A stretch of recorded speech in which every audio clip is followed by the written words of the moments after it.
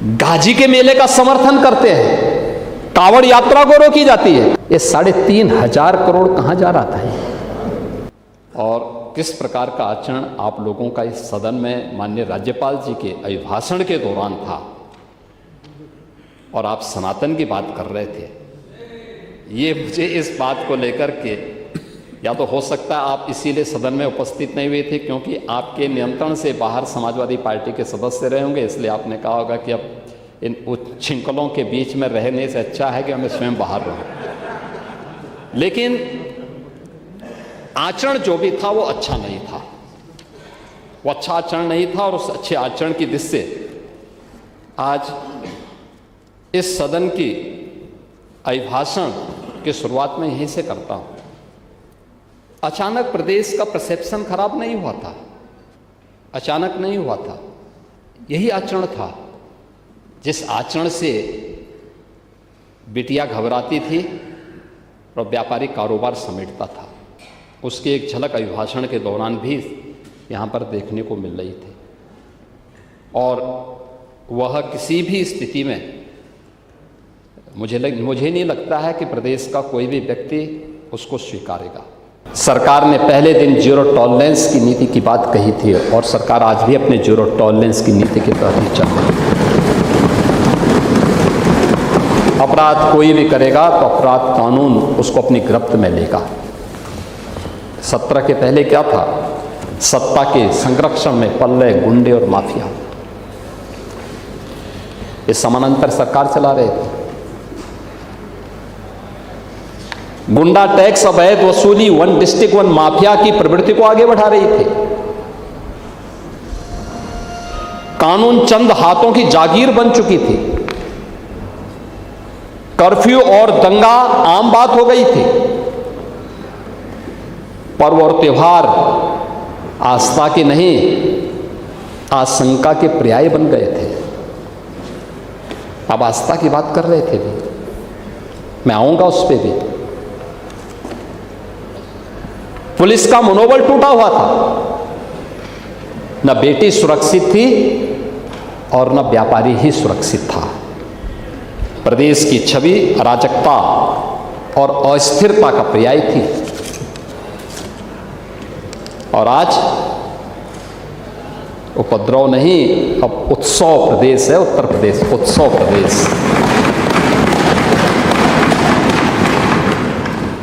और अगर लोक माता अहिल्याबाई होलकर के नाम पर बने हुए मणिकर्णिका घाट और वहां के शमशान घाट के पुनरुद्धार के कार्यक्रम को आगे बढ़ाया जाता है तो समाजवादी पार्टी और कांग्रेस उसका विरोध करती है। उसके नाम पर लोक माता को अपमानित करने का काम करती है। और आपको क्या अधिकार है लोक माता के साथ, लोक माता के बारे में इस प्रकार की चर्चा करने का? कौन सा अधिकार समाजवादी पार्टी का? क्या राजू पाल समाज के नहीं थे? क्या उमेश पाल की जो निर्मम हत्या प्रयागराज में हुई थी, क्या वो पाल समाज के नहीं थे? उन माफियाओं को तो अपने गले का हार बना करके समाजवादी पार्टी चलती थी।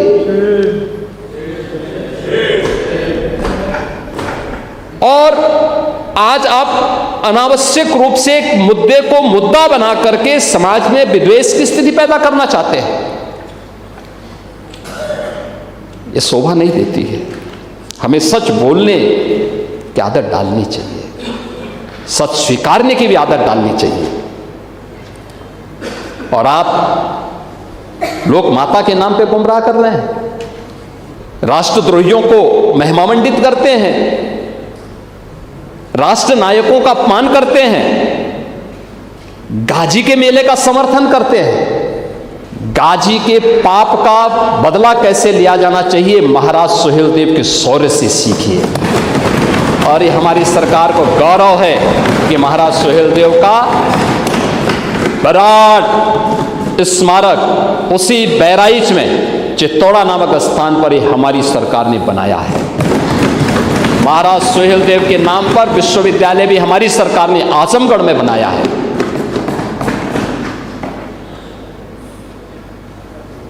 अब अभी संजय निषाद की बात कर रहे थे। राम और निषाद राज की मैत्री क्या है।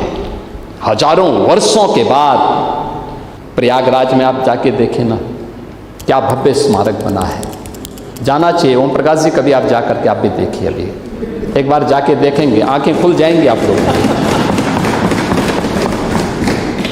कभी लेके जाइए। हाँ, स्नान तो करेंगे। उस संजय निषाद के साथ जाएंगे तो खाएंगे भी और स्नान भी करेंगे।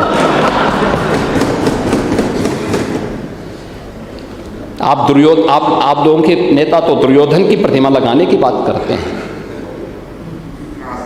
बाबर की कब्र में सजदा की इसका समर्थन करते हैं और वंदे मातरम का विरोध करते हैं। माफियाओं की कब्र में फतिया पढ़ने के लिए जाते हैं।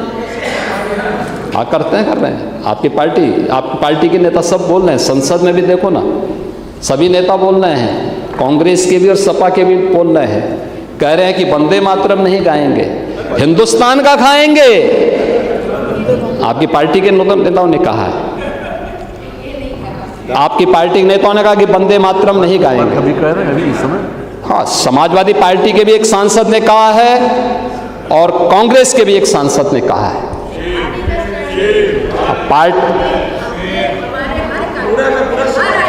हाँ, अच्छा, धन्यवाद अगर आप कर रहे हैं तो मैं अभिनंदन करता हूं। वंदे मातरम का पूरा समर्थन पार्टी में ये लागू होना चाहिए। जैसे हम कह सकते हैं कि भारतीय जनता पार्टी के हर कार्यक्रम में वंदे मातरम का कोई अपमान नहीं कर सकता है, ऐसे ही कांग्रेस को भी डंके की चोट पे कहना चाहिए और जो व्यक्ति वंदे मातरम का विरोध करता है, कान पकड़ करके उसको धक्का देकर के बाहर करना चाहिए। समाजवादी पार्टी को भी इस बात की घोषणा करनी चाहिए कि राष्ट्रगीत जिसको 150 वर्ष हो रहे हैं, वंदे मातरम का जो विरोध करेगा वो वहीं जाए जहां पर उसको ये विरोध के स्वर दिखाई देते हों। हिंदुस्तान की धरती पे तो नहीं उसको रहने का कोई अधिकार मिलना चाहिए और मुझे लगता है हर उस भारतीय को इसका वो करना चाहिए। माफियाओं की कब्र में फतिया पढ़े जाते हैं। कौन लोग थे वो? राम मंदिर अयोध्या का विरोध होता है, काशी विश्वनाथ धाम का विरोध किया गया, मथुरा वृंदावन के विकास का विरोध किया गया, तुष्टीकरण की पराकाष्ठा, किस हद तक जन्माष्टमी के पर्वों को थाने और जेलों में रोक दिया गया। एक ही तो पर्व था जो जेल में मनाया जाता था, समाजवादी पार्टी के समय में उस पर रोक लगा दी गई। कावड़ यात्रा को रोकी जाती है। कावड़ यात्रा में समाज का अंतिम पायदान पर बैठा हुआ व्यक्ति जाता है। शिव की बारात बोली जाती है। शिव की बारात का मतलब बिना भेदभाव के हर समाज का व्यक्ति जाएगा। वह कावड़ यात्रा पे आप लोगों ने रोक लगाई थी, कहा दंगा हो जाएगा, यही बोलते थे। अयोध्या की 84 कोसी परिक्रमा को इन्होंने रोका था और दीपोत्सव करने के लिए जब हम लोग अयोध्या गए तो इन्होंने उसका भी विरोध किया था। कांग्रेस ने तो उच्चतम न्यायालय में कहा कि श्री राम और श्री कृष्ण तो मिथक थे। सुप्रीम कोर्ट में एफिडेविट दाखिल कर दिया, हम उसको सुरक्षा देंगे, ये सरकार की गारंटी है।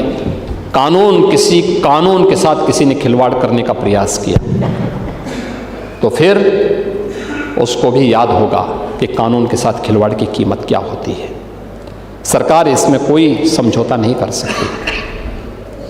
उत्तर प्रदेश के 25 करोड़ लोगों के भविष्य के साथ खिलवाड़ करने की छूट नहीं देंगे किसी को भी।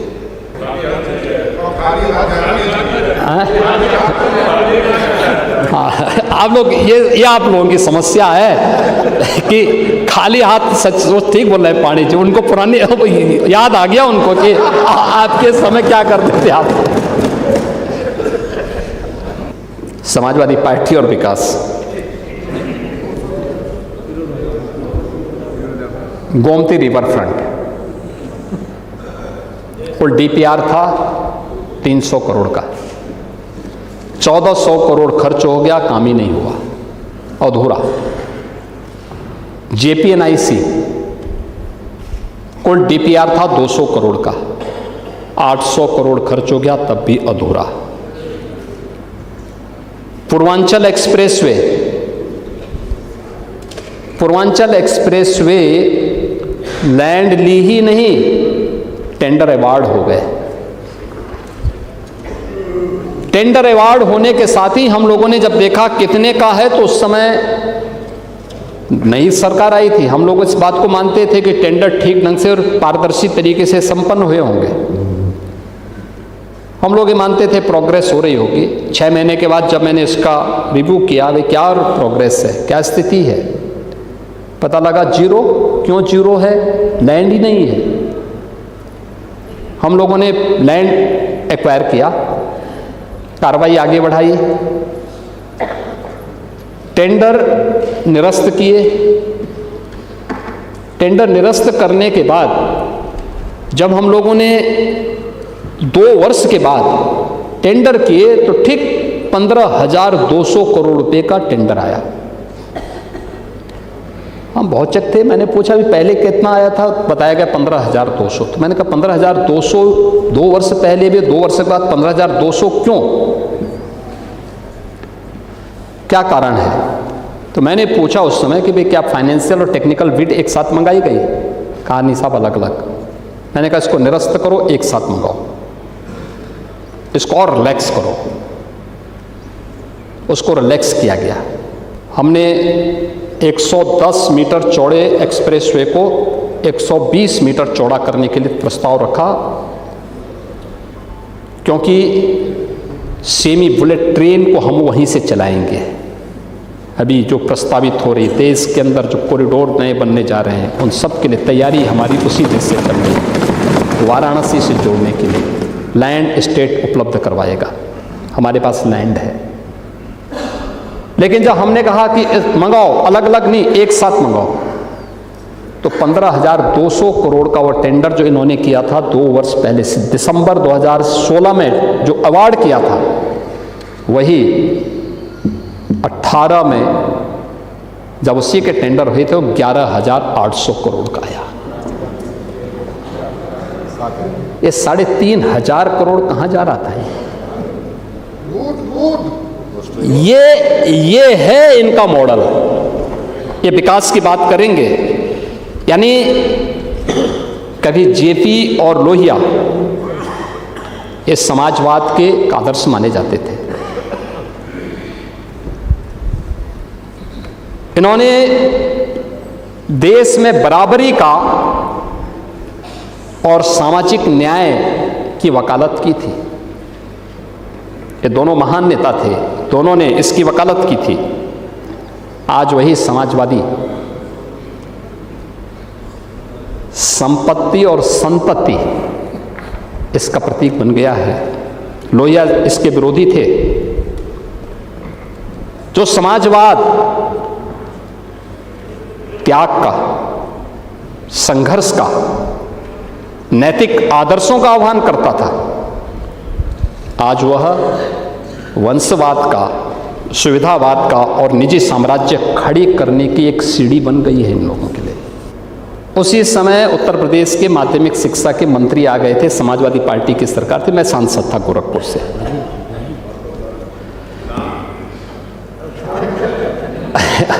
नाम बोल दूंगा तो फिर देखिए आप लोग फिर परेशान हो जाएंगे। तो मैंने उनको, वहाँ काफ़ी लोग थे, तो मैंने कुछ लोगों को वहाँ से बाहर किया। मैंने कहा भी प्रदेश सरकार का मंत्री है, बिठाओ भाई उनको सम्मानजनक ढंग से। खैर वो आए, बैठे, उनको कुछ कुर्सियाँ मैंने वहाँ से खाली करवाई, उनको बिठाए। मैं भौचक था कि मंत्री आए, एपीसी खड़े नहीं हुए। तो फिर मैं समझता था दोनों साथ आए। तो मैंने एपीसी से पूछा, मैंने कहा भी आप यहाँ कब आए?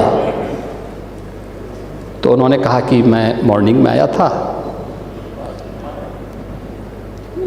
मैंने कहा भी मंत्री जी साथ ही में थे क्या? कहा कौन मंत्री? मैं भौचक, मैंने कहा भी इनको पहचानते नहीं आप, ये मंत्री हैं आपके। तो मैंने मंत्री से पूछा, मैंने कहा भी आप इनको पहचानते नहीं? उन्होंने कहा कि मैं जो है 6 महीने से कार्यालय नहीं गया हूँ और इसलिए ये पहचानते नहीं होंगे मुझे। ये आपकी सरकार के समय का हाल था। आप मूल्यों और आदर्शों की बात करते हैं। दूसरा उदाहरण आप ही की सरकार के समय का मैं दे रहा हूं। पंडित राम प्रसाद बिस्मिल की शहादत दिवस के दिन आपके एक मंत्री को बुलाया गया, वो भी शिक्षा विभाग के ही मंत्री थे। तो उनको जब बुलाया गया तो उनसे कहा गया कि, तो उन्होंने कहा कि ये किसकी जयंती, कहा जयंती नहीं, आज इनकी शहादत दिवस है, इनको फांसी भी दे। तो उन्होंने कहा बिस्मिल्लाह खां को तो अभी कोई पुरस्कार मिला है, तो उनको फांसी क्यों हो गई?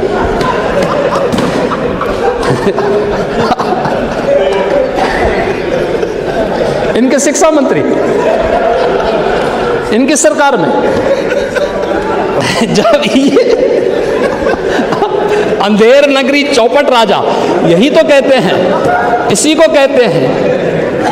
वो कहते हैं कि बिस्मिल्लाह खां को तो अभी पुरस्कार कोई मिला था और उनको फांसी क्यों हो गई है। उनसे कहा गया कि अच्छा वो मंच पे भी गए, तो मंच पे भी उन्होंने कहा कि बिस्मिल्लाह खां को जो है पता नहीं क्यों फांसी दे दी गई। और तो नीचे से एक सज्जन ने कहा कि साहब ये बिस्मिल्लाह खां ने, ये पंडित राम प्रसाद बिस्मिल हैं, कहा कि तू जरूर भाजपाई होगा, भाग हमारे कार्यक्रम से। ये इनकी सरकार।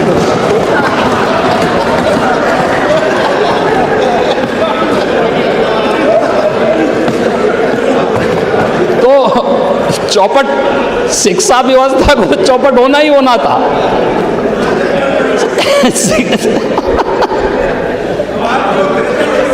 शिक्षा तो चौपट होती ही होती। जहां अधिकारी मंत्री को नहीं जान पा रहा है और बिस्मिल्लाह खां और राम प्रसाद बिस्मिल में आपका शिक्षा मंत्री नहीं महसूस कर रहा था, तो उसको तो चौपट होना ही होना था। तो वहां बच्चे नकल नहीं करते तो क्या करते? वहां नकल नहीं करते तो क्या करते? और यही आप कर रहे थे उत्तर प्रदेश के अंदर। आज प्रोजेक्ट अलंकार से देखिए होता है, कृतज्ञता ज्ञापित करने का भाव होता है।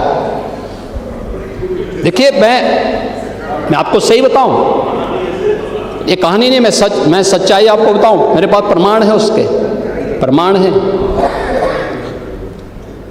देखो हम इस सदन में आ रहे हैं तो उन बातों को बोलते हैं जो पांडे जी जैसे व्यवहारिक बात कर रहे थे, वही व्यवहारिक बात में बोल रहा हूं।